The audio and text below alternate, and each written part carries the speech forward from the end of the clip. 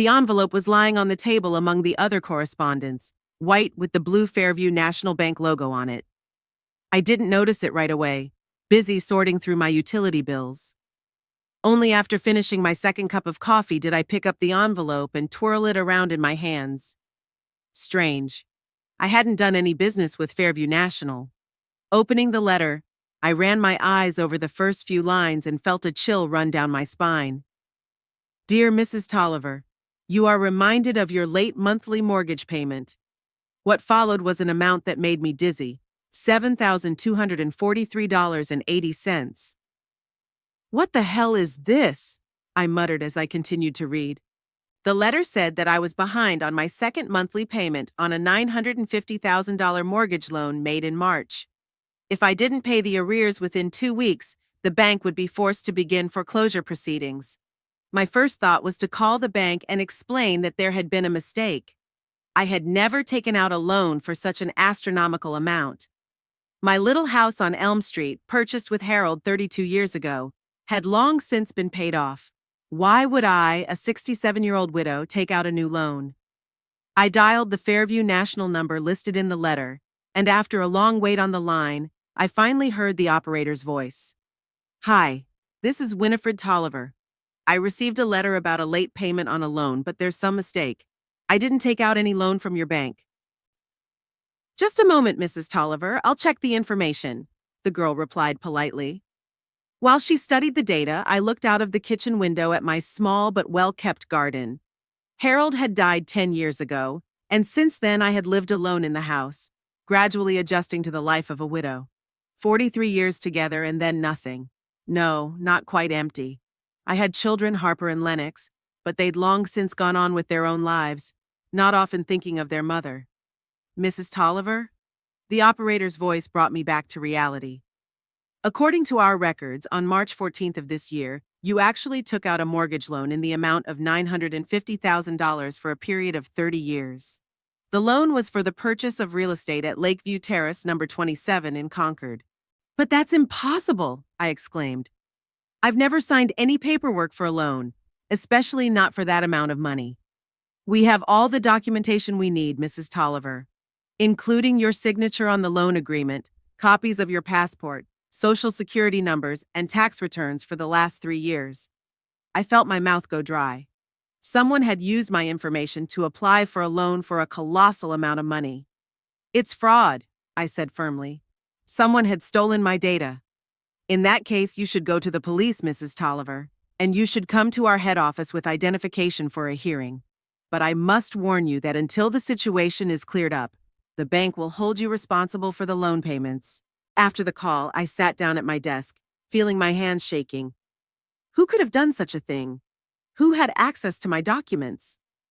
Suddenly, the phone rang. My daughter's name popped up on the screen. Mom, did you remember it's Zoe's birthday today? Harper began without greeting. We're expecting you at 3 o'clock, and please don't wear that awful green sweater. This is a restaurant, not your vegetable garden. Zoe, my granddaughter, was turning 12. Of course, I remembered that and had already prepared a gift, a silver bracelet with a star pendant. I remember, Harper, I said, but I have a serious problem. I got a letter from the bank. Mom, don't start that again, I interrupted her with ill-concealed irritation. If you get another credit card advertisement, just throw it away. How many times do I have to tell you that you don't need to open all these letters? Harper, it's not about the commercials. Someone put almost $1 million worth of credit in my name. There was a pause on the phone. What is this nonsense, Mom? Harper finally said with a nervous chuckle. Who would give a pensioner such a loan? You're confusing things. I'm not confused, I objected. I have a letter from the bank. It says in black and white about a loan for $950,000 issued in my name, and supposedly with my signature on it. Mom, your blood pressure must be skyrocketing again. Harper's voice had a sweet, caring quality that always meant the utmost irritation.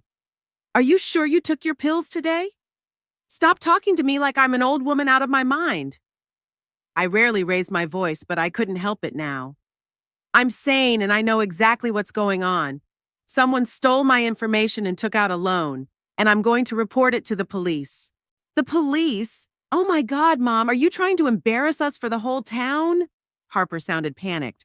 Look, I'll come over after work. I'll look at this letter and we'll figure it out. But for God's sake, don't make any calls. Okay, I agreed, feeling a little perplexed by this reaction. Come by after work. Hanging up the phone, I thought. My daughter's reaction seemed strange to me. Had she gotten too anxious over the threat of going to the police?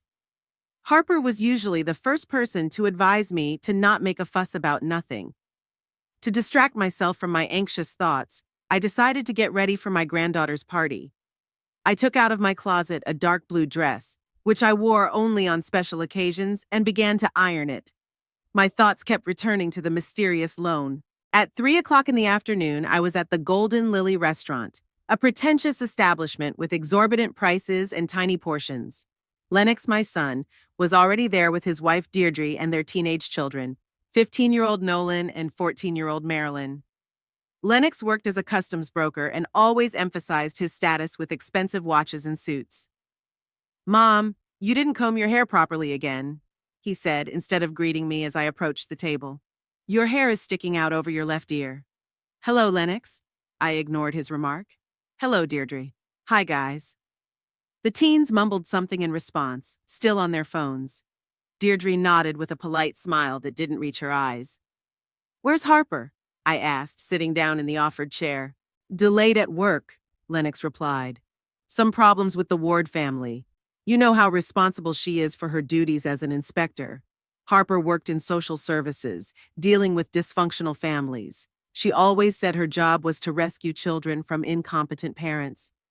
Sometimes I thought that phrase was a rebuke to me, too. We'd been sitting at the table for half an hour when Harper finally showed up with her husband Frank and the birthday girl Zoe. My granddaughter, a tall girl with brown hair for her age, was wearing an expensive dress that made her look like a miniature copy of her mother. Grandma, you've come! Zoe exclaimed with feigned surprise, as if my presence at her birthday party was something unusual. Of course I did, dear. I would never have missed your birthday. I handed her a neatly wrapped box with a bracelet. Happy birthday! Zoe took the gift without much enthusiasm and set it aside without even unwrapping it. Thank you, she mumbled, and then turned to her cousin Marilyn to show her something on her phone. Mom, what kind of story did you make up about the loan? Harper whispered to me, leaning in close to my ear while the others were busy studying the menu. I didn't make anything up, I answered just as quietly. I have a letter from the bank. For God's sake, don't talk about it in front of everyone. Harper straightened up and said loudly, Mom, do you want salad or soup? Lunch passed in a tense atmosphere. Lennox and Harper discussed some general business, occasionally turning to me with condescending questions like, Do you still remember Uncle Robert? Or, Mom, are you sure you're doing okay alone in this big house? My house was far from big. Just 3 bedrooms, a living room, and a kitchen. But the kids periodically hinted that I should have moved to a smaller place. I suspected they just wanted to sell the house and split the money. After lunch, as Zoe opened presents, I noticed Harper and Lennox exchange meaningful glances as my granddaughter carelessly set aside a silver bracelet. Must be old-fashioned, Harper muttered so I could hear. I wanted to say it was a replica of my grandmother's bracelet that she'd worn all her life, but I kept silent. What was the point of explaining the value of things to people to whom only price mattered? When the party was over, Harper said she'd stop by my house in an hour. I took the bus home, feeling strangely anxious. Something about my daughter's behavior made me uneasy. At home, I reread the letter from the bank one more time. The address of the property purchased with the loan money looked familiar. Lakeview Terrace was a new upscale lakeside neighborhood that was frequently featured in the local paper. Had someone stolen my information to buy a house there? While waiting for Harper, I turned on the computer, a gift from Lennox last Christmas. To keep you up to date, Mom. I wasn't very good with computers, but I had the basic skills. I opened a search engine and typed in the address, Lakeview Terrace, 27 Concord. Photos of a luxurious 2-story house with panoramic windows and a view of the lake appeared on the screen. The value of such a property really could have been about $1 million. I scrolled down the page and froze when I saw the information about a recent sale. The house had been sold in March of this year, and the date of the transaction coincided with the date the loan was processed. I heard the sound of a car pulling up and looked out the window. Harper had parked her brand new SUV in front of the house. I noticed the car was new too. She had previously owned a mid-sized sedan. When my daughter entered the house, I immediately noticed her nervousness. She avoided looking me in the eye and fixed her hair too often, a gesture that always gave away her excitement. "Where is that letter, Mother?" she asked without taking off her coat. I silently handed her the envelope. Harper ran her eyes over the text quickly, and I saw her turn pale. "It's some kind of mistake," she said uncertainly. "Or a scam. Someone used your data." "That's exactly what I told you on the phone this morning," I said, "and I was going to report it to the police." "No, no, no, no, no," Harper said hurriedly. "I'll take care of it myself. I have a friend at Fairview National who can help me sort it out." "I found out something, too," I said calmly. "The address in the letter is a new house on Lakeview Terrace. It's a very nice house, according to the pictures on the internet. 2 stories, overlooking the lake." Harper looked up sharply. "You looked on the internet?" "Yes," I nodded. "And I also noticed that you have a new car. I don't remember you saying you were planning on changing it." "Mom, what are you trying to say?" Harper's voice became hard. "Nothing yet," I shrugged. "Just an observation." Harper clutched her purse nervously. "Look, I told you I'll deal with that stupid letter. You have nothing to worry about." "I think I do," I countered. "Someone took out a loan in my name, used my documents, forged my signature. And if I don't pay that loan, I'm gonna lose the house." "No one's taking your house away from you," Harper exclaimed with sudden fury. "Damn it, Mom. Why do you always have to make everything so complicated? I told you I'd solve the problem." She was almost shouting, and I could see the red blotches on her neck, a sure sign of extreme agitation. There was only one thing that could cause such a reaction. Harper knew a lot more about the loan than she was saying. "It's you," I said quietly, looking her straight in the eye. "You took out the loan in my name." My daughter looked away. "Don't be silly, Mom. Why would I do that?" "I don't know," I answered. "But I'm going to find out." Harper snatched the letter out of my hands. "I'm taking this. And please don't do anything stupid. Don't call the bank. Don't go to the police. I'll take care of it." She ran out of the house, slamming the door loudly. I was left standing in the middle of the living room, feeling strangely devastated. My own daughter had stolen my information to buy $1 million house, a house she hadn't even told me about. I slowly walked over to my computer and reopened the page with pictures of the house on Lakeview Terrace, a luxurious building with huge windows and a terrace overlooking the lake, a place I'd never been invited to. In my inbox, I noticed an unread message from the bank. When I opened it, I saw an electronic copy of the loan agreement sent to my address when the deal was finalized. In the borrower's signature column was a forgery of my signature, so crudely done that it was strange how the bank could not have noticed it. I leaned back in my chair, feeling the cold rage building inside. For years, my children had treated me like a burden, tolerated my presence at family events with barely concealed irritation, talked to me like I was retarded. And now Harper had crossed the final line. She hadn't just stolen my data, she'd jeopardized the only thing I had left. My home, my independence, my dignity.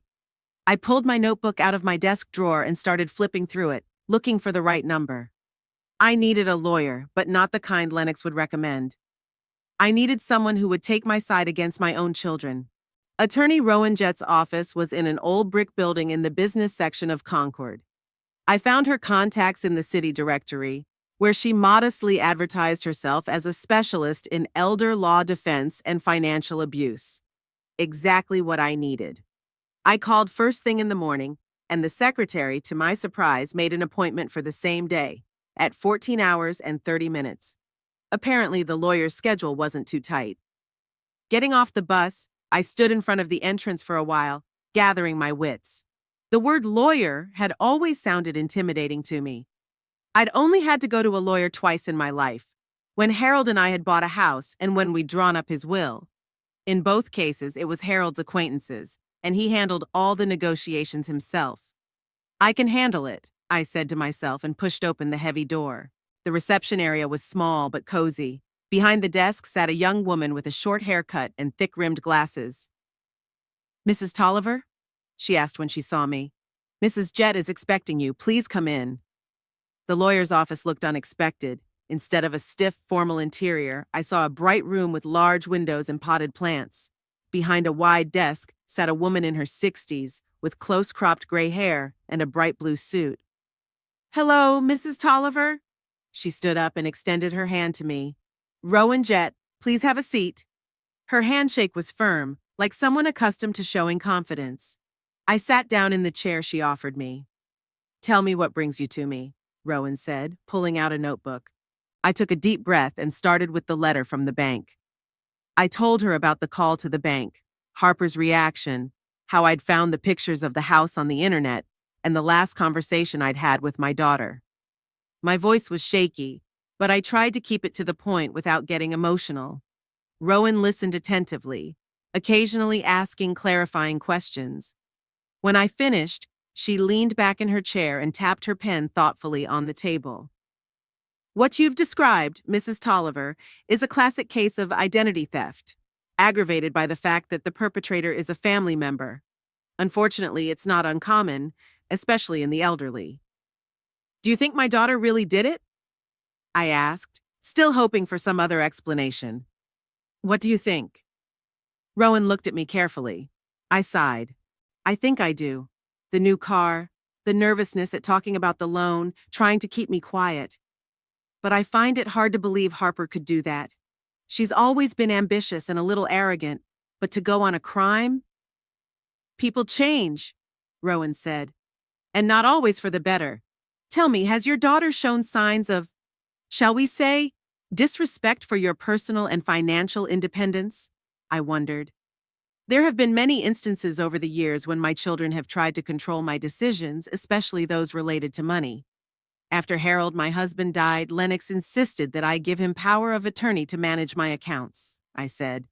He claimed it would be safer, but I refused. It caused quite a scandal. He even threatened to have me declared incompetent if I continued to be stubborn. "And the real estate? Was there talk of selling your house?" "All the time," I nodded. "Especially in the last 2 years. Harper says it's too big for me alone, that I can't keep it up. And Lennox is calculating how much I can get for selling it. They've even found me a nice little apartment in a retirement home." Rowan made a note in her notebook. "Do you have a will? Who gets your estate?" "Harper and Lennox equally," I said. "That's what Harold and I decided years ago. Although I admit I've been thinking about changing it lately. Leave the money to the grandchildren instead of the children." "I see," Rowan nodded. "Now let's get back to our case. We have a couple of options. The first is to go to the police and report fraud. That's the most drastic course of action, and it could lead to criminal prosecution of your daughter." I flinched at those words. Harper is a criminal? My daughter in jail? It seemed absurd. "Are there other options?" I asked quietly. "The second option is a civil suit," Rowan continued. "We could sue your daughter and have the loan agreement voided as fraudulent. It's less drastic than a criminal case, but it would still result in a public scandal." "And the third option?" I nervously clutched my purse. "Try to resolve the matter amicably," Rowan shrugged. "I could write a letter on your behalf, laying out the facts and demanding that your daughter take over the loan or repay it immediately. The threat of criminal prosecution might force her to act." I remained silent, trying to digest the information. All the options seemed horrible, but even more horrible was the thought of my own daughter putting me in this position. "What would happen if I just did nothing?" I finally asked. "If I just ignore this loan?" Rowan shook her head. "Then the bank will start foreclosure proceedings. First they'll charge late fees, then they'll turn it over to the debt collectors. Eventually they could sue you and get the right to enforce foreclosure, including seizure of your property. That is, your house." "But that's not fair," I exclaimed. "I didn't sign anything." "Justice and the law aren't always the same thing, Mrs. Tolliver," Rowan said softly. "To prove that you didn't take the loan, we'd have to prove fraud, and that means naming the fraudster." I closed my eyes, feeling a lump in my throat. For as long as I could remember, Harper had always been a difficult child, stubborn, sharp, ambitious, not childishly calculating. She rarely made friends at school, but she always got the best grades. She often clashed with her brother, but she could manipulate him. Harold thought that she would make a great lawyer or politician. Our girl has a steely character, he said with pride. But there was something else about Harper. Beneath the mask of self-confidence lurked a painful need for recognition, for confirmation of her worth. I noticed it in the smallest things, how she bragged about new things, how desperate she was to impress others, how painfully she reacted to any criticism. I remember when she was 15, she came home in tears because she didn't get the lead role in the school play. "That part was mine," she screamed, locking herself in her room. And the next day we learned that the girl who had gotten the part had been in an accident. Someone had pushed her on the stairs and she had broken her arm. Harper got the part. Harold and I never discussed the incident, but I could see the worry in his eyes. As she became an adult, Harper didn't change. She didn't marry Frank for love, but because he came from a well-connected, respectable family. She chose to work in social services not out of compassion for troubled families, but because it gave her power over others.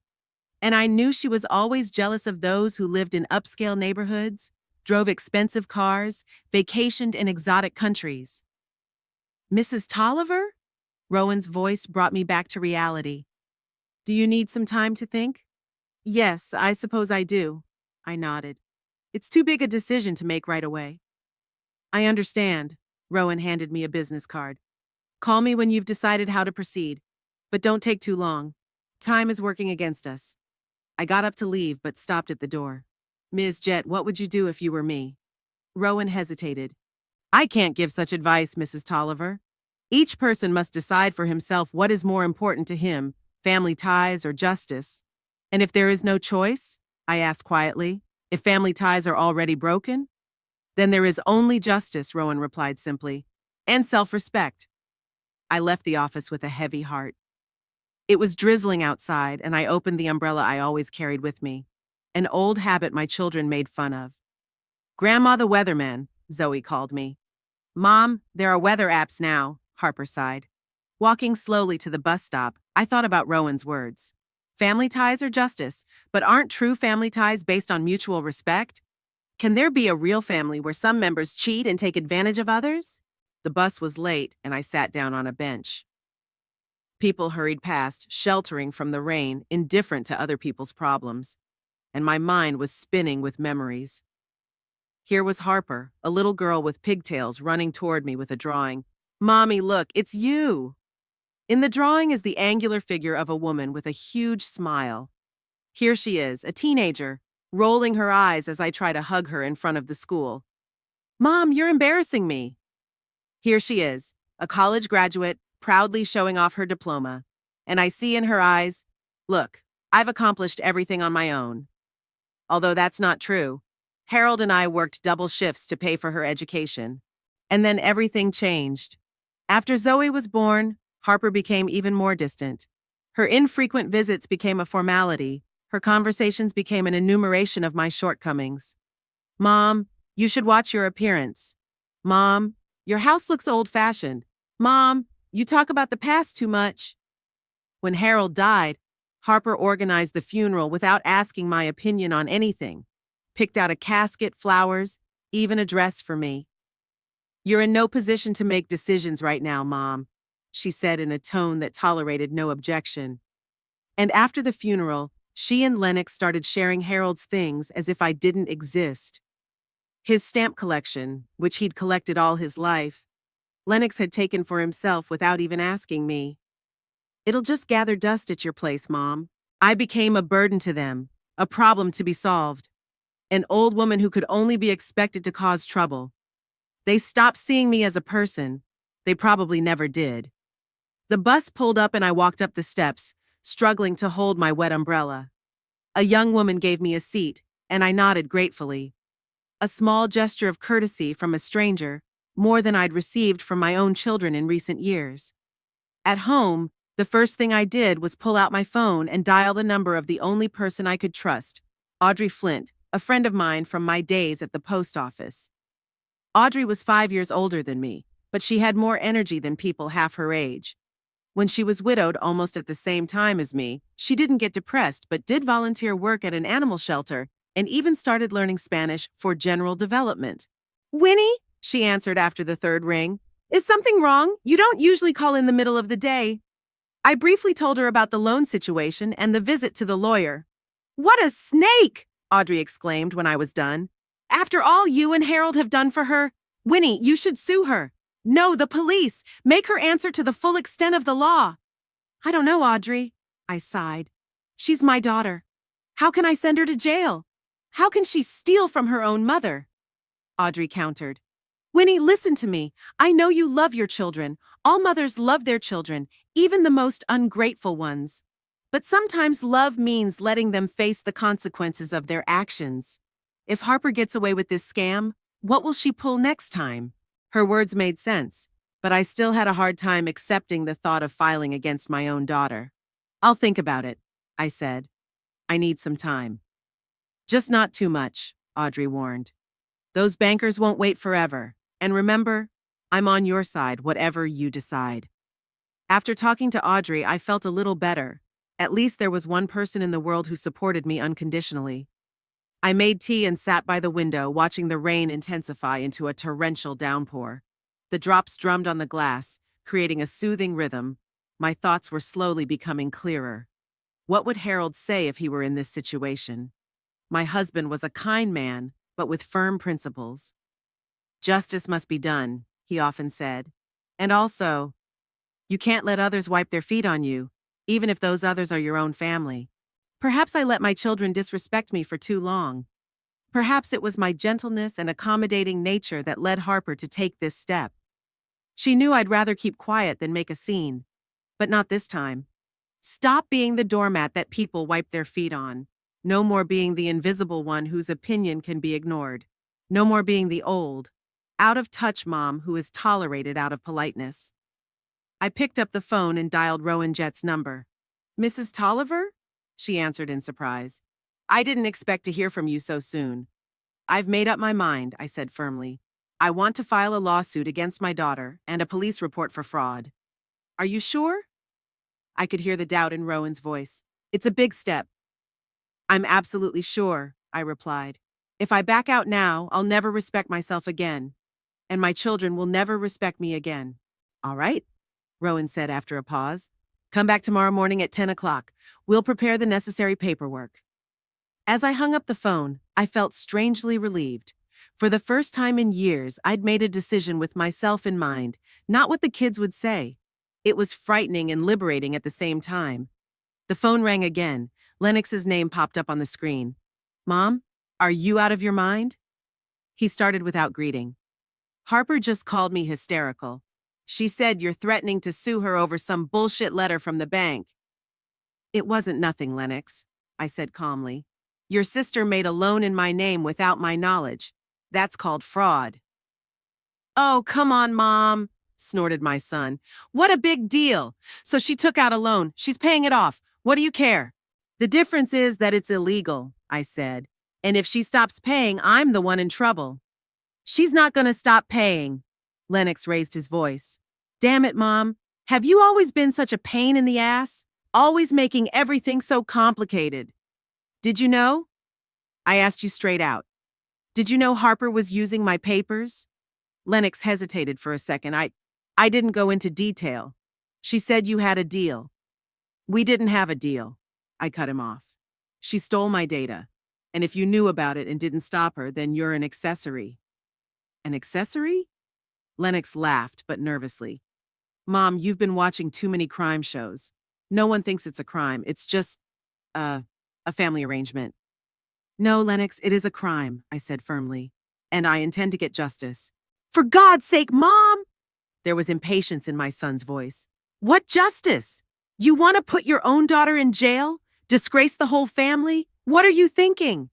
I'm thinking that my children think I'm so insignificant that they don't even see a problem with using my name for their shenanigans, I replied. I think about the fact that you've both treated me like a burden for years. I think it's time for that to stop. Mom, listen. Lennox's voice became sweetly persuasive. Let me come over to your place and we can talk about this. It's just a misunderstanding. Harper didn't mean any harm. She just, wanted a better life for her family. At my expense? Don't be so dramatic, Lennox sighed. No one's going to leave you with debt. Harper's paying her loan and she'll keep paying it. What if she loses her job? She gets sick? Decides she doesn't want to pay anymore? What then? It won't happen, Lennox said confidently. Mom, you have to trust your children. No, Lennox, I replied quietly. It was you who should have respected your mother, but you didn't, and now it was time to pay for it. I hung up without waiting for an answer. My hands were shaking, but I felt surprisingly calm. For the first time in years, I didn't feel like a helpless old woman, but like a person who could stand up for herself. Of course, Lennox and Harper would press me, use every means to make me back down. They'll threaten, flatter, manipulate. They might even try to paint me as a senile old woman out of her mind, out of control. But now I had Rowan Jett, a lawyer who believed me and was willing to fight for my rights. I had Audrey, a friend who supported me unconditionally. And I had my resolve not to let anyone else, not even my own children, trample on my dignity. The rain outside the window intensified, but I felt like my life was finally starting to clear up. I picked up the phone and dialed Rowan's number again. Miss Jett, I was wondering, if we win the case, what happens to the house Harper bought with the loan money? The bank will probably seize it to pay off the loan, Rowan replied. And if your daughter is found guilty of fraud, she could face a fine and possibly probation. I understand, I said. Thank you. I'll see you tomorrow. I hung up the phone and thought, Harper would lose her dream home, probably get a criminal record, probably hold a grudge against me for the rest of his life. Lennox would probably side with his sister. I could lose not only my children, but my grandchildren, a high price to pay for justice. But the price for silence was even higher, the loss of self-respect. The feeling that I had betrayed myself by letting my children deceive me with impunity. No, I couldn't back down. This was my last chance to show my children that I was not a waste of space, not an old woman out of her mind, but a human being with rights and dignity. And if I had to come into conflict with my own family to do it, so be it. I stared at the rain outside the window and thought about the fact that tomorrow a new chapter of my life would begin. A chapter in which I would be the protagonist, not a minor character in my children's lives. The next morning was overcast, but it had stopped raining. I woke up early before 7 and lay in bed for a long time, staring at the ceiling. My thoughts swirled around my upcoming meeting with Rowan and what was next for me. Doubts began to gnaw at my soul again. Was I doing the right thing? Was it too drastic a step to sue my own daughter? The phone on the bedside table rang. I glanced at the screen. Harper. My finger hovered over the answer button, but I decided not to pick up. Whatever she said now wouldn't change my mind. It would only take away the energy I didn't have left. At 9:30, I was already outside Rowan's office. The receptionist nodded understandingly when she saw me and let me into the office unannounced. Rowan was sitting at her desk, looking over some papers. Good morning, Mrs. Tolliver. She pointed to a chair. I see you're early. That's good. We'll have more time. I sat down, clutching my purse nervously. Miss Jett, I was wondering, do we really have to file a police report? Wouldn't a civil suit suffice? Rowan looked at me carefully. Are you in doubt? Yes, I admitted honestly. I was up all night thinking about it. I think a criminal case is too definitive. There's no turning back after that. Do you want there to be a way back? Rowan asked gently. After what your daughter did? I sighed. I don't know. What she did was awful, but it's still my child. Look. Rowan put the papers aside and leaned across the table to me. Let's do this. We'll gather all the evidence first, and then we'll decide which way to go. We could start with a civil suit and leave the question of criminal prosecution open. How about that? Yes, that would be better. I agreed with relief. Then let's get started. Rowan pulled out a blank notebook. We need to make a chronology of events and collect documents confirming the fraud. Let's start at the beginning. When did you first find out about the loan? We spent the next 2 hours reconstructing what happened. I talked about everything. The letter from the bank, The conversation with the operator, the strange reaction of Harper and Lennox, my daughter's new car, and the house on Lakeview Terrace. So, Rowan summarized, the loan was processed on March 14th. Were you anywhere that day? Maybe traveling or at a doctor's appointment? We need to prove that you couldn't have physically signed the documents at the bank. I thought about it, trying to remember that day. March 14th. Yes, I remember. I had a routine checkup at St. Elizabeth's that day. It took almost the whole day from 8 in the morning until 3 in the afternoon. First tests, then a cardiologist consultation, then some other procedures. It was Tuesday, I remember exactly, because I was worried about the results. Great, Rowan made a note. We'll request medical records from the clinic to confirm your presence there when the loan agreement was allegedly signed. It's vital evidence. Will they give us that information? At the request of counsel in preparation for trial, yes. Anything else? Oh, yes, we need samples of your real signature to compare it to the one on the loan agreement. Do you have your signature papers with you? I pulled my passport and driver's license out of my purse. Just these. The rest are at home. That's enough for starters, Rowan nodded. I'll make copies. Later we'll need an official handwriting examination, but that's for the trial. She left the office with my paperwork, and I remained seated, looking at the many plants on the windowsill. Most of all, there were succulents, small, unpretentious, but surprisingly resilient. In some ways, they reminded me of myself. Rowan returned with my papers and a glass of water for me. Here, drink this. We have a lot of work to do. I gratefully accepted the water. What's next? Next, we need to get a copy of the loan agreement from the bank. I've already prepared the request. Rowan showed me a document on official letterhead. You'll need to sign it. We'll also need information on all the loan payments, who made them and when. This will help prove that you had nothing to do with the loan. I signed the request, feeling strangely relieved that I wasn't the only one who had to deal with this complicated story. Now about the house on Lakeview Terrace, Rowan continued.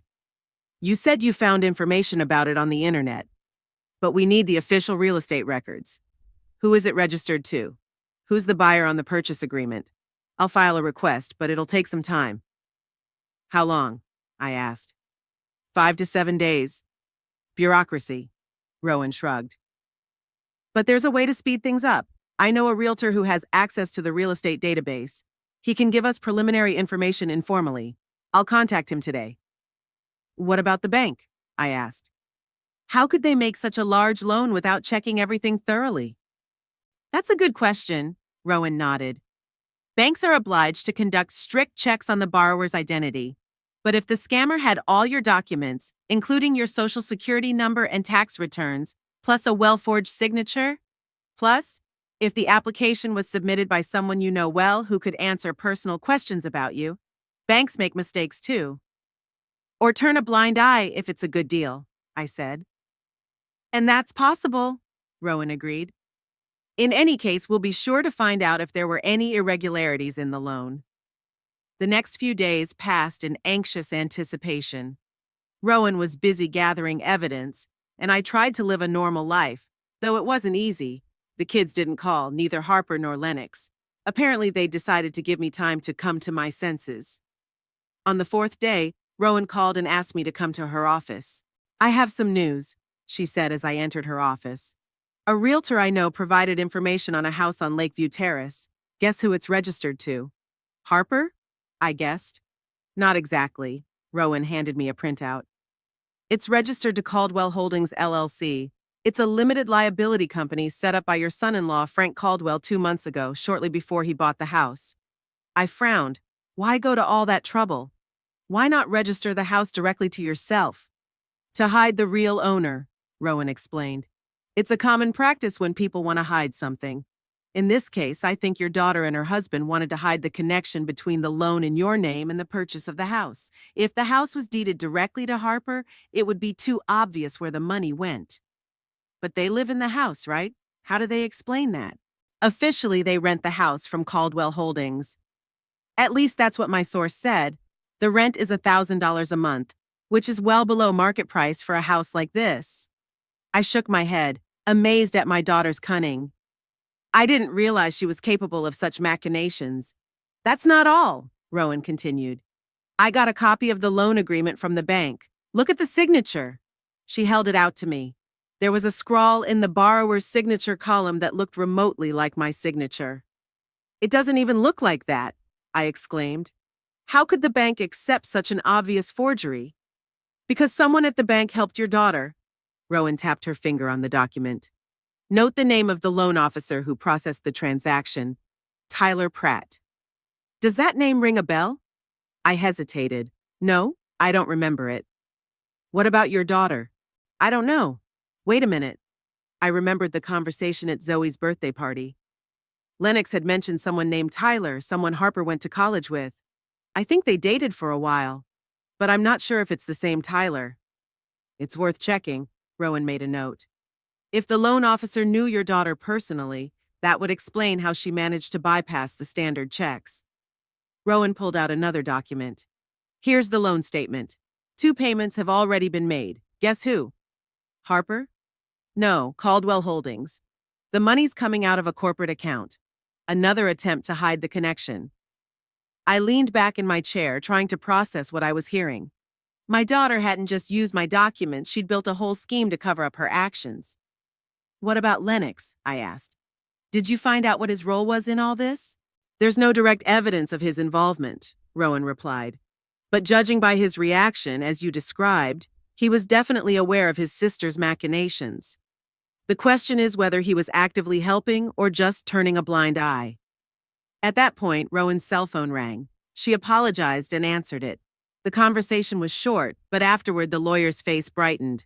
Great news! St. Elizabeth's Clinic has confirmed that on March 14th, you were indeed there from 8:30 in the morning until 15:45. They kept all the records, including the time of each procedure and consultation. And the loan agreement, according to the bank's stamp, was signed at 11:20 the same day. So I couldn't physically have been at the bank at that time, I said. Exactly, Rowan nodded. It's an airtight alibi. Now we have all the evidence we need for the lawsuit. The forged signature, your alibi for the time you signed the contract, the questionable role of the loan officer, and the obvious scheme to conceal the true purpose of the loan. I remained silent, digesting the information. On the one hand, I was relieved that irrefutable evidence had been gathered. On the other, I was depressed at the thought of how carefully Harper had planned the whole thing. This wasn't an impulsive act or a moment of weakness. This was a well-thought-out scam against her own mother. Are you all right? Rowan asked, noticing my condition. Not really, I answered honestly. I just can't believe that my daughter, that she could do this to me. Unfortunately, it's not uncommon, Rowan sighed, especially when it comes to elderly parents. A lot of kids start to see them not as full human beings, but as property, or a nuisance, or a source of potential inheritance. It's sad, but it's a reality. I nodded, tears welling up in my throat. You know, when Harold, my husband, died, I thought nothing worse would ever happen in my life. But this hurts even worse. Rowan silently handed me a box of tissues. I blotted my eyes, trying to pull myself together. I'm sorry. I'm not usually this emotional. Don't apologize, Rowan said softly. You have every right to feel whatever you want in a situation like this. We were silent for a while. Then Rowan asked, What do you want to do next? We have enough evidence for a civil suit. If we win, the bank will cancel the loan agreement and you won't have to pay the loan. But the house will probably be confiscated because it was bought with illegally obtained funds. And the criminal case? I asked quietly. For that, you would have to file a report with the police, Rowan replied. They will conduct their investigation, and if they find enough evidence, the case will be referred to the prosecutor's office. If your daughter is found guilty, she could face a fine and possibly probation. Real jail time is rare in these cases, especially if it's a first offense. I wondered. Did I want my daughter to have a criminal record? No, but did I want her to realize the seriousness of what she had done?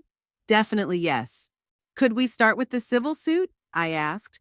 Could we leave the criminal case open? I want to see how Harper reacts. Maybe she'll come to her senses, admit her guilt. Of course, Rowan agreed. We can take it one step at a time. First, we'll file a civil suit, and then, depending on how things develop, we'll decide whether to involve the police. Thank you. I was relieved. When can we file the suit?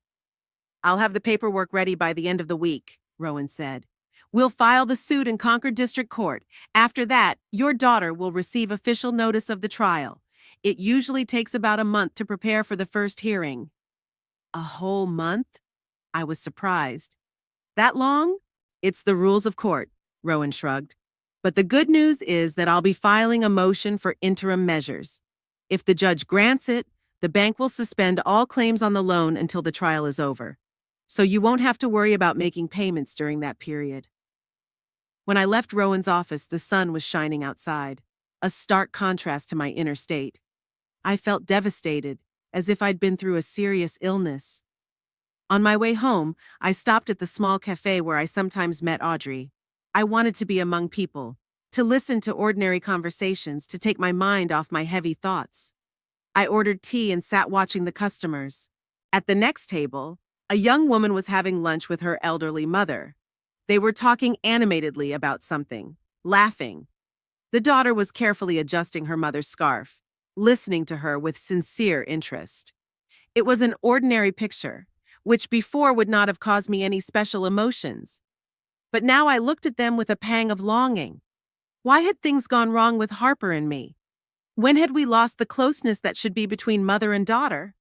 Maybe I was a bad mother, not giving my children enough attention, demanded too much, or, conversely, too little? No, I always tried to be a good mother. Harold and I worked hard to give the children everything they needed. I read them books, helped them with their homework, and supported their hobbies. Sure, I made mistakes. All parents do. But I never betrayed my children, never lied to them, never took advantage of them. Harper betrayed me, used me, lied to me. And she didn't even think it was a big deal, judging by her reaction. Maybe it wasn't me, maybe it was her. Her character, her choices, her sense of morality. And as much as it pained me to admit it, I couldn't be held responsible for her decisions. When I got home, I found 3 messages from Harper on my answering machine. The first one demanded that I call her back immediately. In the second, she threatened serious consequences if I didn't stop this lawyer nonsense. In the third, her tone changed to pleading. Mom, please, let's talk. I'll explain everything. Don't do this, please. I didn't return the call. What else could she say? What excuses could she give? I took out a loan in your name because I wanted a better house. I forged your signature because I knew you'd say no. I hid everything from you because I didn't think it was necessary to put you on notice. No explanation could change what had happened. My daughter had betrayed my trust, broken the law, and jeopardized my financial security. And worst of all, she didn't even see the harm in it. I went to bed early, but I couldn't sleep for a long time, replaying the events of the last few days in my head. All the evidence pointed to Harper acting deliberately and calculatedly. She hadn't just used my name, she'd created a scheme to cover up her actions. She registered the house with a shell company. She used her bank contacts to bypass the checks. It wasn't an impulsive mistake. It was a carefully planned fraud. And Lennox knew about it. He may not have been directly involved, but he certainly knew and approved of his sister's actions. His reaction to my call left no doubt. My own children conspired against me. They didn't see me as a person with feelings and rights, but what? An obstacle? An inconvenience? A means to their ends? How could I have not seen this before? How could I not see that my children's attitude toward me had long since crossed the line into mere disrespect? All my life I've tried to be a good mother, supporting them, helping them, making concessions. And as a result, they've decided they can use me however they want. Well, it's time to show them they were wrong. I'm not a helpless old woman to be manipulated. I'm a person who knows how to stand up for herself. I'm a mother who loved her children but won't let them trample on my dignity. Yes, I'm in pain. Yes, I feel betrayed, but that pain doesn't break me. On the contrary, it gives me strength. Strength to fight for justice. Strength to show my children that their actions have consequences. Strength to finally respect myself. I called Rowan this morning and told her I was ready to sue as soon as possible. It was time to act decisively. It had been 2 weeks since the lawsuit had been filed. Rowan warned me that Harper would receive official notice of the lawsuit in the next few days. After that, We could expect a new wave of calls and attempts to influence me. So I tried to prepare myself mentally for the coming storm. However, contrary to expectations, the phone was silent. Neither Harper nor Lennox tried to contact me. I even started to worry. Maybe something had happened to the kids? But then I decided that they were just ignoring me, hoping that I would come to my senses and withdraw the lawsuit. Thursday morning, I got a call from Audrey. She spoke quickly and excitedly. "Winnie, are you sitting down? You'd better sit down." "What's wrong?" I asked, sinking into the chair by the phone. "My granddaughter Paige, you remember her, right? She works part-time at the Silver Spoon Catering Company," Audrey began. "So she just called me and told me that their firm got the order to cater Harper's party. The housewarming party is Saturday at Lakeview Terrace." I was silent, digesting the information. Harper was throwing a housewarming party in a house bought with a loan fraudulently put in my name. And of course, she hadn't invited me. "Winnie? Are you there?" Audrey's voice brought me back to reality. "Yes, I'm here," I answered. "I'm just, thinking about what I'd heard." "That's just outrageous," Audrey exclaimed. "Having a housewarming party when there's a lawsuit pending. And not even invite your own mother. I've always said your Harper was a real piece of work, but this is out of line." "How many guests is she expecting?" I asked, surprised at my own calmness. "Paige says the reservation is for 40 people. Cocktails, appetizers, champagne, it's all top shelf. The party starts at 6 p.m. I pictured Harper walking guests through her luxurious new home, accepting congratulations, talking about the designer renovations and lake views, and not a word about how she managed to buy the property. "Thank you for letting me know, Audrey," I said. "It's important information." "What are you going to do?" Her voice sounded curious. "I don't know yet," I said honestly. "But I'm sure I'll think of something." After talking to Audrey, I dialed Rowan's number. Luckily, she was there and answered right away. "Mrs. Tolliver, I was just about to call you," she said. "The bailiffs can't serve the notice on your daughter. She won't answer the door or answer the phone." "I think I know when and where to find her for sure," I said, and told her about the upcoming party. There was a pause on the other end of the line. "Are you suggesting that we serve her with a subpoena right at the housewarming party?" Rowan asked. "That's unconventional." "Are there any legal obstacles?" I asked. "No, legally, there are no legal obstacles," Rowan replied. "The bailiff has the right to serve the documents wherever the defendant is, but it could cause a scandal." "Let her do it," I said firmly. "My daughter is having a party in a house she bought with illegally obtained money, and she doesn't even bother to invite me, even though the loan is in my name. I think a little scandal is the least she deserves." "All right, I'll contact the bailiff," Rowan agreed after a moment's thought. "But are you sure you want to be there in person? Wouldn't it be better to let the bailiff do the job himself?" I wondered. "Really? Why would I want to be there? To see the shock on my daughter's face? To savor her humiliation? No, that wasn't it. I wanted Harper to realize that I wasn't a helpless old woman to be used and forgotten. I'm a person who can stand up for herself. Yes, I want to be there," I said firmly. "Not out of revenge, but to show my daughter that I haven't given up and I won't." "I understand." Rowan's voice was respectful. "In that case, I'll arrange with the bailiff to meet you Saturday night near your daughter's house. Say, 5:30? "That's fine," I agreed. "Let me know the exact location closer to the date." After talking to Rowan, I felt strangely calm. The decision had been made, and now all I had to do was follow the plan. For the first time in a long time, I felt in control of the situation rather than adrift. The rest of the week passed in anxious anticipation. I tried to occupy myself with everyday tasks, cleaning, reading, working in the garden. But my thoughts kept returning to Saturday. Am I doing the right thing? Is it too cruel to spoil my daughter's holiday? But every time the doubts began to gnaw at me, I remembered what Harper had done, and my resolve returned. Saturday, I woke up early. The day was clear and warm, the perfect weather for a lake party. I stood in front of my closet for a long time, wondering what to wear.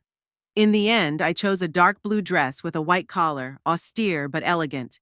I styled her hair and applied light makeup. Looking in the mirror, I saw not a woman broken by grief, but a man with dignity and fortitude. At 5 o'clock, I called a cab. Usually, I used public transportation, but today was a special occasion. Besides, I didn't know how I was going to get home, and I didn't want to depend on bus schedules. Rowan had sent me the address of a cafe near Lakeview Terrace where we were to meet the bailiff. When the cab pulled up to the cafe, I saw Rowan sitting at a table on the outdoor veranda. Next to her was a tall, middle-aged man in a smart suit. Mrs. Tolliver. Rowan stood up when she saw me. I'd like you to meet Mr. Elliot Nash, the bailiff. Mr. Nash nodded politely. Good evening, ma'am. Miss Jett has explained the situation to me. I will serve notice of the lawsuit on Mrs. Caldwell in accordance with all the rules. Thank you. I shook his hand, noting the firm handshake. Here's the plan of action, Rowan said. Mr. Nash will pose as a catering employee to get into the house. Once he locates your daughter, he will hand her the papers. You can go in with him or wait outside and come in later, whichever is more convenient for you. I wondered, show up with the bailiff? Or wait until the documents were served and then go in? Which would make a stronger impression? I think it would be better if I went in with Mr. Nash, I decided. Harper should know right away that this was no accident or coincidence. Whatever you say, Rowan nodded. Just remember, your goal is not to cause a scandal, but to show that you're serious and won't back down. Try to keep your dignity, no matter what happens. I'll try, I promised, though I was trembling inside. We decided to walk. It was only a 10-minute walk from the cafe to Harper's house. On the way, Rowan explained the legal aspects of the situation to me again. Once the notice is served, your daughter will be officially considered to have been notified of the lawsuit.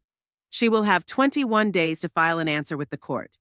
If she fails to do so, the court may issue an in absentia judgment in your favor. I nodded, but my thoughts were far away. I imagined walking into a house where I had never been welcomed before. I would see my daughter's face when she realized her machinations had been exposed. What would she say? How would she react? And how will I feel about it? Lakeview Terrace was exactly as I'd imagined, a row of lakeside luxury homes with manicured lawns and expensive cars in the driveway.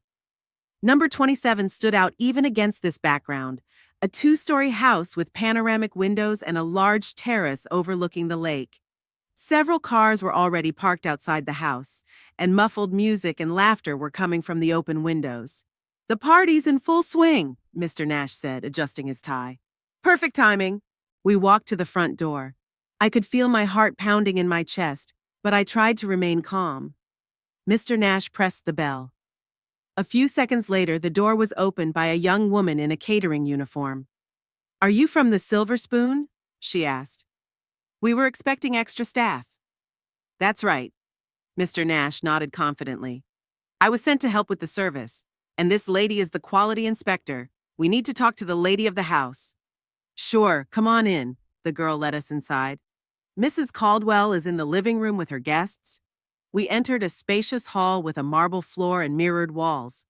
There were vases of flowers everywhere, and a crystal chandelier hanging from the ceiling that must have cost a fortune. I held my breath. That's what the money from the loan in my name had been used for. Mr. Nash strode confidently toward where the voices were coming from. I followed him, trying not to betray my excitement. We entered a huge living room with panoramic windows overlooking the lake. The room was filled with people in evening gowns, glasses of champagne in their hands. In the center of the group stood Harper in an elegant beige dress, talking animatedly about something. When she saw an unfamiliar man in a suit, she stopped half-heartedly. When she saw me, her face was petrified with shock. Mom? She said incredulously. How did you get here? There was silence in the room. All eyes were on me and Mr. Nash, who stepped forward. Mrs. Harper Caldwell? He asked in an official tone. Yes, my daughter answered confusedly. And who are you? Elliot Nash, the bailiff. He pulled some papers from his inside jacket pocket. I am hereby serving you with notice of a lawsuit by Winifred Tolliver for fraud and forgery. Harper's face went pale. She stood motionless, staring at the papers held out to her.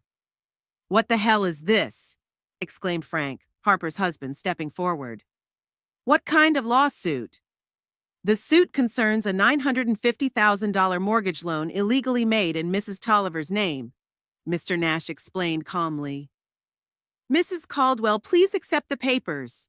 Harper mechanically took the papers, still staring at me in shock. Mom, are you crazy? She hissed.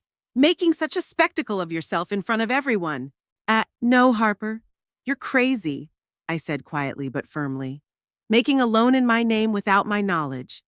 Forging my signature. Buying a house with money that doesn't belong to you. The room became so quiet you could hear the ticking of the clock on the wall. The guests looked around in confusion. Someone began to make their way toward the exit. Mrs. Tolliver. Mr. Nash leaned slightly toward me. My mission is accomplished. I'm good to go unless you have further instructions. Thank you, Mr. Nash. I nodded. You're free to go. The bailiff bowed politely and headed for the exit. There was an awkward silence in the living room. Harper stood clutching the documents she had received and seemed unsure of what to do next. Let's keep the party going, people. Frank tried to lighten the mood. Miss, he said to the catering girl, bring more champagne, while my mother-in-law and I talk in the study. He took a step toward me, intending to take my arm, but I stepped back. No, Frank, I said. No talking in the study. Everything I have to say, I've already said in court. Now I want to see the house I bought with the loan money in my name. I have that right, don't I? Mom, stop it right now. Harper has finally regained her speech. You're embarrassing us in front of everyone. No, Harper, you're embarrassing yourself by your actions, I said calmly. I'm only telling the truth. What truth? Lennox, whom I had not noticed among the guests, intervened. What are you making up again, Mother? I didn't think of anything, Lennox. I turned to my son. Your sister made the loan in my name by forging my signature, and you knew about it, but you did nothing to stop her. That's not true, Lennox mumbled, but I could see in his eyes that I had hit the mark. Enough! Harper threw the papers on the coffee table. Mom, you get out of here right now or I'm calling the police. Call them, I said calmly.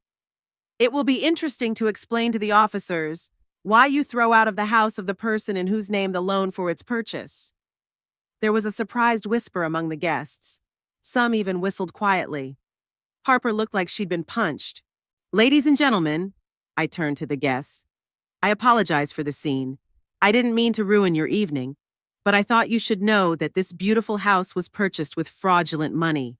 My daughter used my deed and forged my signature to get a loan for $950,000. And then she registered the house with the shell company to cover up her actions. That's a lie, Harper shouted. Mom, you agreed to help us with the loan. You gave me power of attorney. Did I? I raised an eyebrow. Where is that power of attorney? Why didn't you show it to the bank? Why did you have to forge my signature? And why did I only find out about the loan when I got the late payment letter? Harper was silent, pressing her lips into a thin line. Frank put his hand on her shoulder, as if trying to be supportive. Mom, let's not make a scene, he said conciliatingly. We can talk about this in peace. Tomorrow, for instance. No, Frank, I shook my head. We'd already tried to talk things over. Harper had ignored my calls. Lennox was urging me not to do anything stupid. Neither of you took the situation seriously. You thought I'd just accept it, like I always do. But not this time. I paused, circling the living room. Luxurious furniture, designer light fixtures, paintings in expensive frames. Everything screamed money, money taken by fraud. It's a beautiful house, I said. Too bad we'll have to sell it soon to pay off the loan, or the bank will seize it. I haven't decided which option I prefer. You can't do that, Harper exclaimed, taking a step toward me. This is our home. We've worked our whole lives to afford a house like this. No, Harper, I objected. You didn't work for this. You just stole money using my name, and now you're going to have to answer for it. That's when Zoe, my granddaughter, came running into the living room. She stopped when she saw the tense scene. What's going on? She asked, looking from her mother to me. Grandma? Why are you here? Hi, Zoe, I smiled at her. I came to see your new house. It's beautiful. Zoe, go up to your room, Harper said sharply. Now. But Mom. Now, Harper repeated, raising her voice. Zoe gave me a puzzled look and reluctantly left the room. See what you've done? Harper turned to me. You've traumatized the child with your stupid accusations. No, Harper, I said calmly. You've traumatized your daughter by setting an example of dishonesty and disrespect for the law. What will she think when she learns the truth about how you got this house? She'll never know, Harper gritted her teeth. Because there is no truth. It's just the fiction of a senile old woman who's jealous of her own children's success. I felt anger rising inside me, but I held it back. This was not the time or place for emotional outbursts. Fiction? I shook my head. I have proof, Harper. Handwriting analysis that proves the signature was forged. Medical records proving I was at St. Elizabeth's when I signed the loan agreement. Real estate records showing that the house was registered to a shell company called Caldwell Holdings. Information about loan payments made from the company's corporate account. And the testimony of Tyler Pratt, a loan officer who admitted to helping you bypass the checks because of your past relationship. With every word I said, Harper's face grew paler and paler. I saw fear flicker in her eyes for the first time in our entire confrontation. "You're bluffing," she whispered. "Tyler would never—" "He's already testified," I lied, hoping Rowan would forgive me for this little ruse. "When given the choice between helping you and prosecuting you, he chose to save his own skin. Typical of men, isn't it?" Frank was now looking at his wife with bewilderment and suspicion. "Harper, what is she talking about? Tyler who?" "Nothing," Harper said. "She's making it up." "Then why are you pale?" Frank asked. "And why didn't you ever tell me the details of how the loan was arranged?" I saw a shadow of distrust pass between the couple. Frank may have known about his wife's machinations in general terms, but the details seemed to have been kept from him. "Ladies and gentlemen," I said again to the guests, many of whom were already feeling uncomfortable. "Again, I apologize for ruining the evening. But perhaps you should reconsider your relationship with the owners of this house. People who can deceive their own mother are unlikely to be honest with friends and coworkers."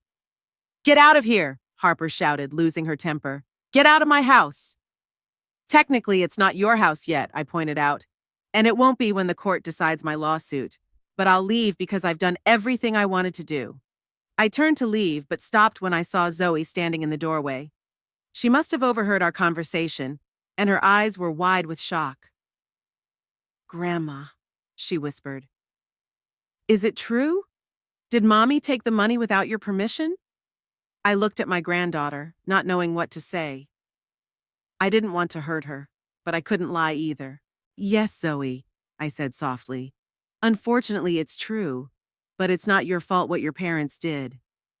"Zoe, don't listen to her," Harper exclaimed.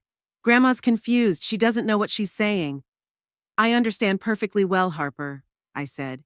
"And your daughter, too, will soon understand everything. Children don't stay children forever. They grow up and begin to see their parents for who they really are." With those words, I headed for the exit. No one tried to stop me. I could feel the stares of the guests, surprised, sympathetic, judgmental. But I didn't care. I had done what I had to do. The story of the lawsuit and the housewarming scandal spread through Concord with the speed of wildfire.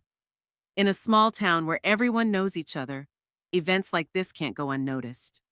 The very next day, Audrey called me, panting with excitement. "Winnie, you won't believe it. The whole town is talking about it. Paige said the guests scattered within half an hour of you leaving, and Frank and Harper got into a terrible fight in front of the rest of the people."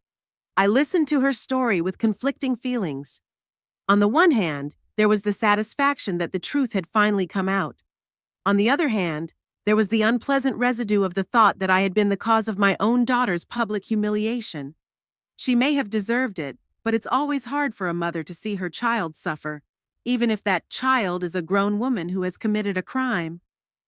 "What about Lennox?" I asked. "Was he there until the end, too?"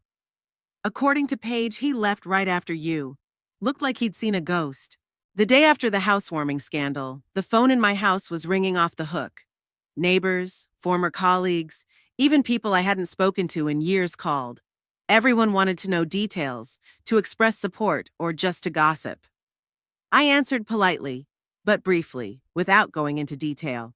This story was painful enough as it was. I didn't need to turn it into entertainment for the curious. Towards evening, Rowan called. "Mrs. Tolliver, how are you? I hope the events of yesterday didn't upset you too much." "I'm fine," I replied. I'm just tired of the calls.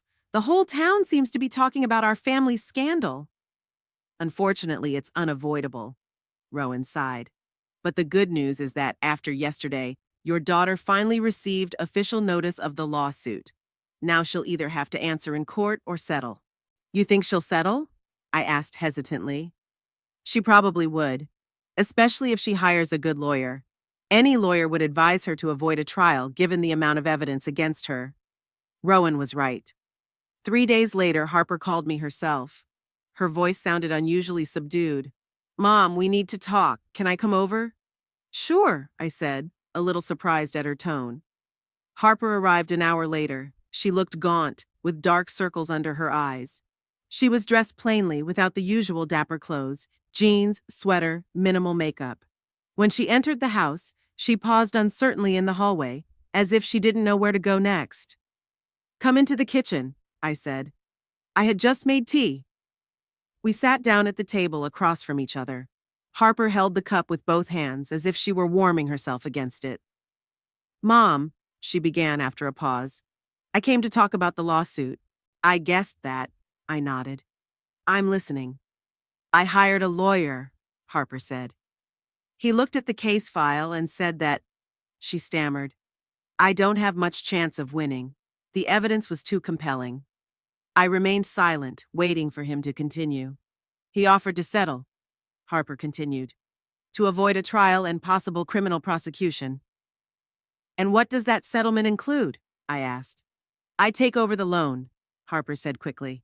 I put it in my own name. I pay all interest and penalties, compensate you for moral damages, $10,000. In return, you drop the lawsuit and don't file a police report. I thought about it. The proposal was reasonable from a practical point of view, but something about it made me uncomfortable. What about the house? I asked. What would happen to the house on Lakeview Terrace? Harper pressed her lips together. Frank and I decided to sell it after the scandal. After everything that's happened, we can't stay there. Plus, we need the money to pay off the loan and compensate you. I understand, I nodded. And you? Do you realize what you've done? What do you mean? Harper frowned. I want to know if you realize the seriousness of what you've done, I explained. You didn't just take the money without asking. You forged documents, defrauded the bank, jeopardized my financial security. That's a crime, Harper. I know, she said quietly. My lawyer explained to me all the possible consequences. Up to 5 years in prison, a fine of up to $250,000, a criminal record. I'm not talking about the legal consequences, I interrupted. I'm talking about the moral side. Do you realize that you betrayed my trust? That you did to me what a daughter should never do to her mother? Harper was silent, staring into her cup. Why did you do it? I asked. I really want to understand. Frank and I have long dreamed of a house on the lake, Harper began after a pause. But we didn't have enough money for a down payment. And then I found out that Tyler, a former college friend of mine, was working at Fairview National. Friend from college. He said he could help with the loan, but he needed a co-borrower with a good credit history. At first I thought about asking you, but I decided it would be easier to forge my signature. I finished for her. I knew you'd say no, Harper said with sudden bitterness. You were always so right, so careful, always saying no to any risky proposition. And I wanted this house. I wanted to show everyone that I'd made something of my life, that I wasn't just a low-paid social services inspector, but a successful woman who could afford Lakeview Terrace. And for that, you're willing to risk my home, my reputation, my future? I didn't think you'd find out, Harper said quietly. We planned to pay the loan on time, no late payments, but then Frank had some business problems and we missed a payment. And the bank sent me a notice, I nodded. That's how I found out. We didn't talk for a moment. It was starting to rain outside the window, the drops tapping on the eaves quiet, monotonous, soothing. Well, I said at last, I'll consider your settlement offer, but I'll need to consult with a lawyer. Of course, Harper nodded quickly. I understand. But Mom, please don't take this to court. It would ruin my career. I'd lose my job. And Zoe. She'd be so embarrassed in front of her friends. I looked at my daughter and I didn't see remorse. I saw fear. Fear of the consequences. not shame for what she'd done. She still didn't realize that the main problem wasn't a threat to her career or reputation, but that she had betrayed her own mother. "I'll give you an answer in a few days," I said. "I need to think it over." Harper left, leaving behind a feeling of incompleteness. I saw no genuine remorse in her, only a desire to avoid trouble, and it made me question the idea of a settlement. The next day, Lennox arrived. Unlike his sister, he was aggressive from the start. "Mom, this has gone too far. Do you realize you're destroying our family with your actions?" "I'm not destroying the family, Lennox," I said calmly. "It was you and Harper, when you decided that you could use me for your own purposes." "Oh my God, that's so melodramatic," rolled his eyes. "No one was using you. Harper just wanted a better life for her family. She always wanted a house on the lake. And she decided to get it at my expense," I said. "It's called fraud, Lennox, and you knew it, but you didn't do anything to stop your sister." Lennox paced the room nervously. "Look, I didn't know all the details, okay? Harper told me that you had a deal, that you agreed to help with the loan. And you believed it." I grinned. "After knowing me all my life, did you really believe that I agreed to take out a loan for almost $1 million? "I don't know," Lennox shrugged. "Maybe you finally decided to do something good for your kids." His words hit me like a slap in the face. Finally decided to do something useful. As if all the years of caring, of love, of support didn't mean anything. As if I owed them something more on top of what I'd already given them. "Go away," I said quietly. "Now." "Mom, don't be so dramatic." Lennox tried to take my hand. "I just want you to withdraw the suit. Harper is already being punished. Everyone is talking. Frank is on the verge of divorce. The house will have to be sold." "Go away," I said again. "I'm not discussing this with you, especially after what you just said." Lennox wanted to object, but something in my face stopped him. He sighed and headed for the door. "You're going to regret this, Mom, when you're all alone." After he left, I sat in the kitchen for a long time, looking out the window and thinking, maybe Lennox was right. Maybe I'm being too hard on Harper. After all, she is my daughter, whatever her mistakes. But then I remembered her face when she talked about the possible consequences to her career. Not a word about how her act affected me. Not a hint of understanding that she had done something irreparably wrong to her own mother. I called Rowan and told her about Harper's offer. "Legally, it's a reasonable offer," the lawyer said. "You'll be compensated and released from your loan obligations. But, of course, the decision is yours." "What happens if we go forward with the lawsuit?" I asked.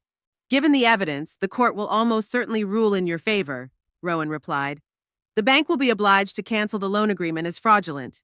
And then there are two options. Either the bank goes to the police to report fraud, or it tries to recover the money from your daughter in civil proceedings." "And the house?" "The house would most likely be seized to repay the loan, as it is collateral for the loan." I wondered. Oddly enough, the prospect of losing the house worried me the least. After all, it wasn't my house. I hadn't even been in it once before that evening. More important was the question, what would Harper learn if I just agreed to a settlement? "I need to think about it," I said to Rowan. "I'll let you know what I decide."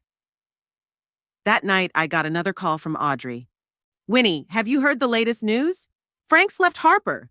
They say he was furious when he found out about the loan. Turns out she didn't tell him everything either." I sighed. Not that I had any particular sympathy for Frank, but breaking up a family couldn't make me happy, especially since he and Harper had a daughter. "What about Zoe?" I asked. "Still living with her mother?" But word was Frank was going to ask for joint custody. The problems were multiplying like a snowball. I didn't want my granddaughter to suffer because of this story. But was it my fault what happened? Didn't Harper's actions set off this chain of events? I stayed up all night thinking about the situation. By morning, I'd decided I wasn't going to settle. Let the court hear the case and make a fair judgment. Only then will Harper truly realize the seriousness of what he's done. The trial began a month later. Harper hired an expensive lawyer from the Capitol who built a defense on the fact that I allegedly gave verbal consent to the loan. But when Rowan presented evidence, Handwriting examinations, medical documents proving my alibi, testimony from bank employees. It became clear that the defense didn't stand a chance. The judge, an elderly woman with a discerning eye, listened carefully to both sides. At the end of the second session, she said, "The evidence clearly shows that Mrs. Caldwell acted without her mother's consent and forged her signature on loan documents. Such acts fall within the definition of fraud and forgery. However, given the familial relationship between the plaintiff and the defendant, I suggest that the parties reconsider the possibility of a settlement." This court is adjourned for 1 week. During the recess, Harper approached me in the court hallway. She looked exhausted and depressed. "Mommy, please, let's get this over with. You see what's coming next. I could lose everything, my job, my reputation, maybe even my freedom. Think of Zoe. What would it be like for her to live with the stigma of being the daughter of a criminal?" I looked at her and I didn't see a repentant daughter, but a person who's trying to avoid responsibility for her actions to the last possible moment. Even now, she was only thinking about herself and using Zoe as a means to pressure me. "You should have thought about Zoe before you committed the crime," I said quietly. "And the example you set for your daughter with your actions." "Is that what this is about?" Harper grinned bitterly. "Are you trying to teach me a lesson, prove that mom's always right, to get revenge for all the years I disobeyed you?" "No, Harper," I shook my head. "I just want justice, and I want you to finally realize that your actions have consequences. Not just for you, but for other people." Harper looked at me with a mixture of disbelief and anger. "You know what? Do whatever you want. But after this, I don't think of you as my mother anymore. And you can forget about having a granddaughter." She turned and walked away, leaving me standing in the empty hallway with a heavy heart. Her words hurt deeply, but didn't shake my resolve. If that was the price of justice, I was willing to pay it. A week later, the court ruled in my favor. The loan agreement was declared null and void, and the bank was ordered to cancel all my obligations under it. Harper had to pay me compensation in the amount of $20,000 for moral damages. The judge also noted that the bank had the right to apply to law enforcement agencies on the fact of fraud, but this decision was left to the discretion of the financial institution. After the ruling was announced, Harper walked past me without saying a word or looking in my direction. Lennox, who was sitting in the courtroom, also defiantly turned away. I was alone except for Rowan and Audrey, who had supported me throughout the trial. "You won, Mrs. Tolliver," Rowan said, shaking my hand. "Justice has been served." "Yes," I nodded. "But at what cost?" "Sometimes there's a price to pay for the truth," Rowan said philosophically. "The question is whether it's worth the price." I didn't answer. I didn't know the answer to that question at that moment. The consequences of the lawsuit were not long in coming. The bank didn't go to the police, preferring to settle the matter amicably. They seized the house on Lakeview Terrace to pay off the loan. Harper and Zoe had to move into a small apartment in another part of town. Frank filed for divorce, seeking joint custody of their daughter. Lennox stopped returning my calls. His wife Deirdre, with whom I've always had a cool relationship, called one day to let me know they didn't want me in contact with their children. "They're too impressionable for family dramas," she said. I found myself isolated. The children and grandchildren, who had been less than eager to socialize with me before, had now completely severed relations. I became a pariah in my own family. Strangely, I didn't feel as bitter as I had expected. Was I in pain? Of course. I lost my children and grandchildren, perhaps forever. But at the same time, I gained something equally important: self-respect and freedom from the toxic relationships that had been eating away at my soul for years. Audrey became my biggest support during this period. She stopped by almost every day, bringing fresh baked goods, telling me the city news, just being there for me. She was the one who suggested that I start a new chapter in my life. "Winnie, how many years have you been living for others?" she asked me one day over a cup of tea. "First for my husband, then for my children. And when was the last time you did something just for yourself?" "Something you dreamed of but put off until later?" I wondered. "Really, when? Maybe before I had kids? Or even before marriage?" "You see," Audrey exclaimed, noticing my confusion. "It's time to fix this. You're free, you have a small savings, plus the compensation from the court. What would you like to do? Where would you like to go? What would you like to learn?" "I don't know," I was confused. It's been so long since I've thought about my own desires. Then let's start small, Audrey said firmly. I signed us up for computer classes at the community center, twice a week, Tuesdays and Thursdays. It starts next Tuesday. Computer literacy? I was surprised. Why? Because the world doesn't stand still, and neither should we, Audrey smiled. Besides, it'll be fun. Imagine us laughing at each other's clumsy attempts to master these modern things. I agreed, though with some hesitation. I thought it was too late to learn new things at my age. But Audrey was adamant, and she was right. The course turned out to be exactly what I needed, not so much because of the knowledge I gained, although I did learn a lot, but because of the atmosphere. There were people my age, with similar problems and interests, people who didn't look at me as a burden or a source of potential inheritance, people with whom I could socialize as an equal. About a month into the course, I got a call from Rowan. Mrs. Tolliver, I have news for you. Fairview National Bank is offering you an additional $15,000 for moral damages. They have admitted that their employee Tyler Pratt violated their screening procedures when making the loan, and they want to avoid further proceedings. Well, that's fair enough, I said. If the bank had been more vigilant, none of this would have happened. Quite right, Rowan agreed. I'll prepare all the necessary documents. How are you, by the way? Surprisingly well, I said honestly. Of course, I miss spending time with my grandchildren, but otherwise, I feel freer than I have in years. I'm glad to hear that. Rowan sounded genuinely pleased. You know, I've seen a lot of cases like this, and often people, even if they win in court, feel like they've lost because of a broken relationship. But you seem to have found something positive in this situation. Yeah, I guess so, I agreed. I realized that I can live for myself, not just for my children, and that my value as a human being does not depend on their attitude towards me. Having received additional compensation from the bank, for the first time in my life, I was the owner of a rather large sum of money, which I could dispose of at my own discretion. Before, all my savings were either spent on my family's needs or saved for a rainy day. Now I could afford something I had long dreamed of, but never dared to do. You should go on a trip, Audrey urged me. Remember when you always wanted to see Italy? That was a long time ago, I smiled. Even before the kids were born. Harold promised we'd go there for our silver wedding, but then my health problems started and I didn't have time to travel. So make up for lost time, Audrey winked. Imagine, Venice, gondolas, narrow streets, cafes on Piazza San Marco. Would you come with me? I asked suddenly. Audrey froze with a cup to her lips. Me? But I thought you'd want to go alone. Why would I want to go alone? I shook my head.